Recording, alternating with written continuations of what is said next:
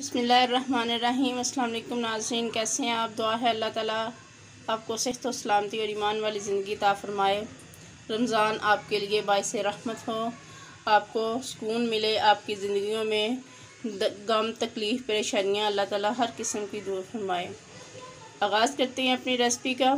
आज हम जो आप रेसिपी लेके आए हैं वो है इमली और खुबानी की चटनी। पहले हमने जो आपको खट्टी मीठी चटनी दी थी वो आलू बुखारे और खुबानी की चटनी थी। इस दफ़ा हमने जो आपको चटनी रेसिपी में देनी है वो है इमली और खुबानी की। स्टार्ट करते हैं।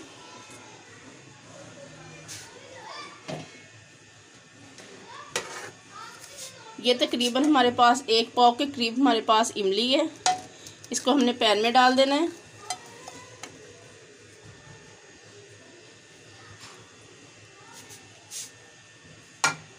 ये 1 पाव के करीब हमारे पास खुबानी है, इसको भी हमने डाल देना इसी में। फ्लेम हमने ऑन कर ली है और 2 गिलास हम इसमें पानी के ऐड कर देंगे। इसके साथ जो इसमें स्पाइसेस जाने हैं 1 टेबलस्पून हमारे पास फ्लैग पेपर,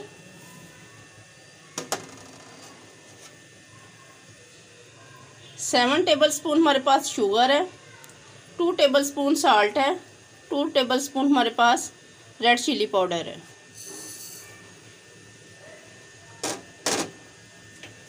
मिक्स करेंगे इसको अच्छे से।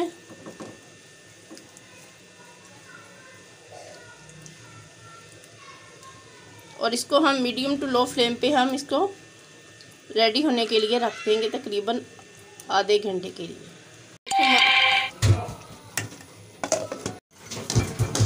ये आप देख सकते हैं माशाल्लाह बहुत अच्छे से ये थिक हो गई है।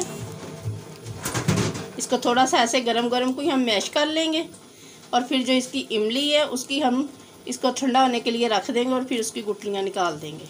उसके बाद फिर हम इसको ग्राइंड करेंगे। तो ये देखें तैयार है हमारी वो इमली और खुबानी की चटनी। हमने इसके सारे के वो गुठलियाँ निकाल ली थी, जो इमली थी उसकी सारी गुठलियाँ निकाल के इसको अच्छे से मैश किया। अब इसको ग्राइंड करेंगे।